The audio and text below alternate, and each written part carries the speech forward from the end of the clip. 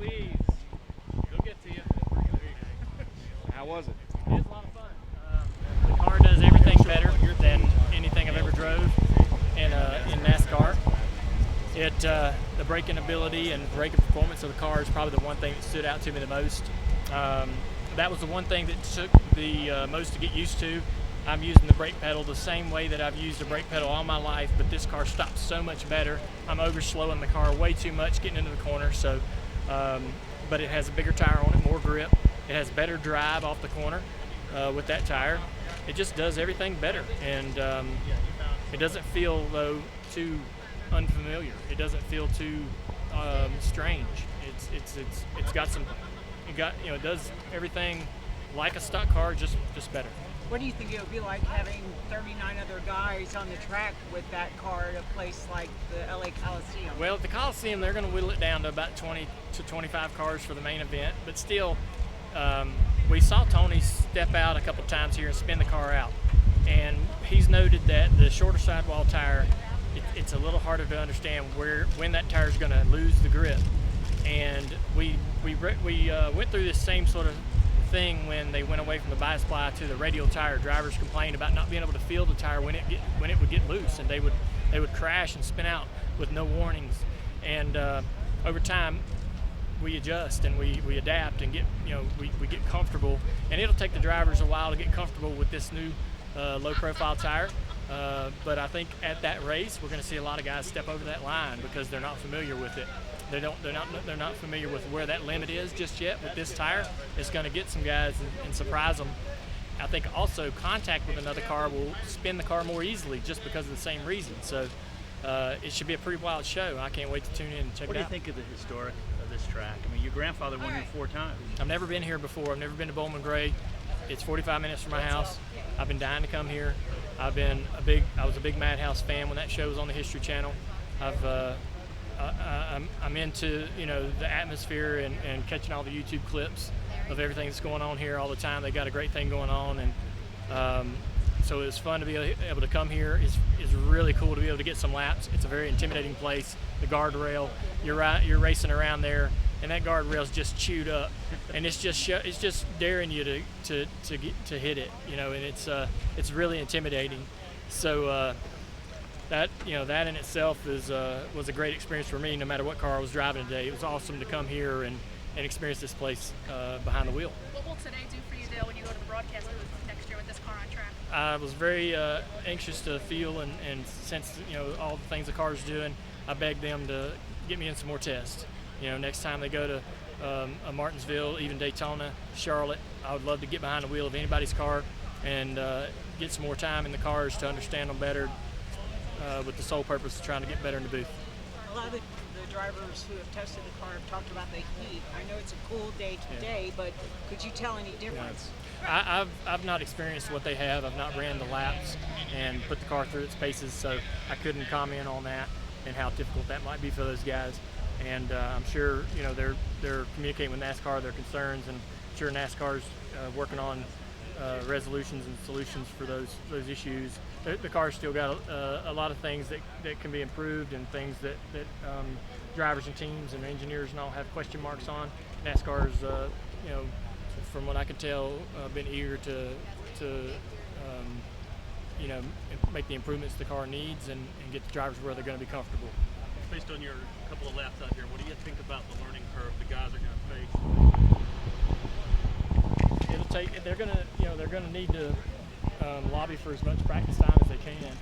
A lot of these guys are gonna have some time in the car at a place like a road course or an oval, but you want to get as many laps as you can. I still had a long way to go personally to where I could be able to maximize my lap time, and I'd love to. I think I would need another day, all day running from 8 to 5 to really feel like I'm where I need to be personally. And so the car's quite unique, quite different. It does everything better, and so you got to adjust your expectations of things like braking performance and so forth. I kept telling myself I don't need to brake that much. I need to drive the car deeper into the corner, brake less, and I couldn't never get to that limit of there it is. There's the limit of the grip of the tires. So that's gonna take some skill. But we got some of the best drivers in the world racing in NASCAR, and they're gonna figure it out. I know it.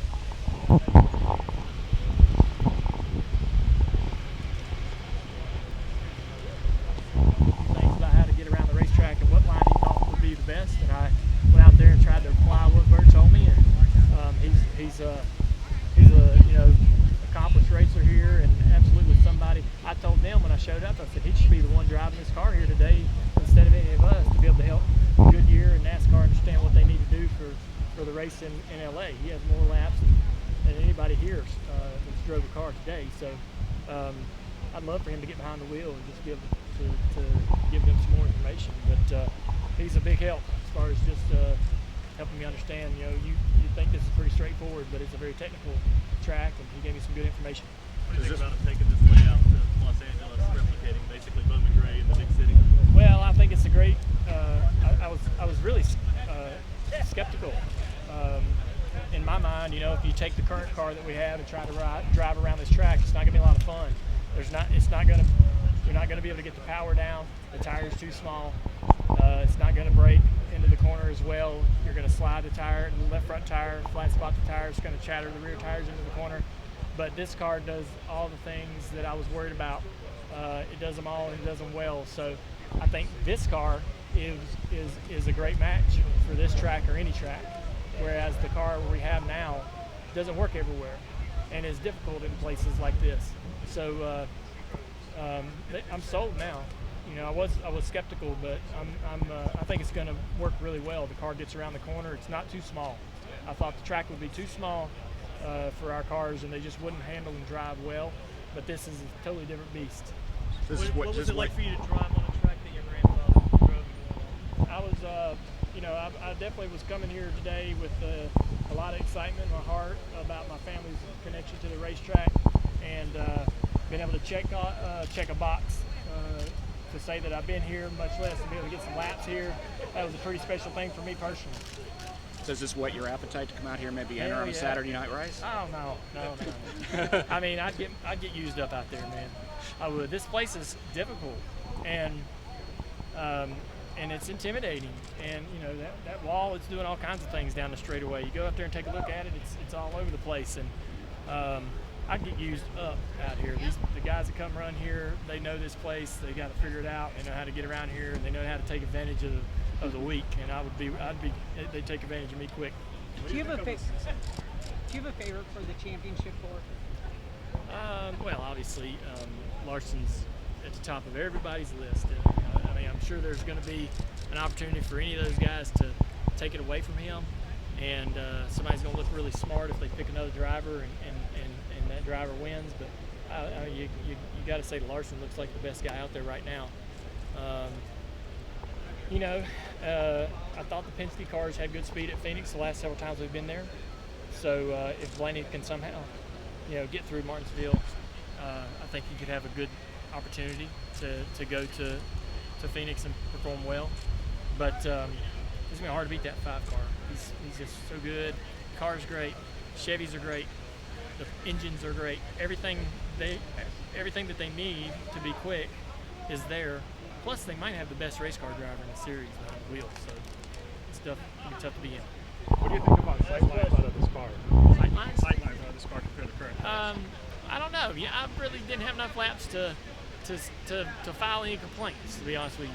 I'm sure if I drove the car in a test or in a pack, if I could get to Daytona with some guys and run in a pack, and I can't see this, I can't see that. I'd love to do this and that and move this. The seat's pretty low, but at a short track, I kind of like to be able to see a little higher. But I didn't notice anything. I really, not to say that it's all great. I just didn't run enough laps to really get to that point. Thank you.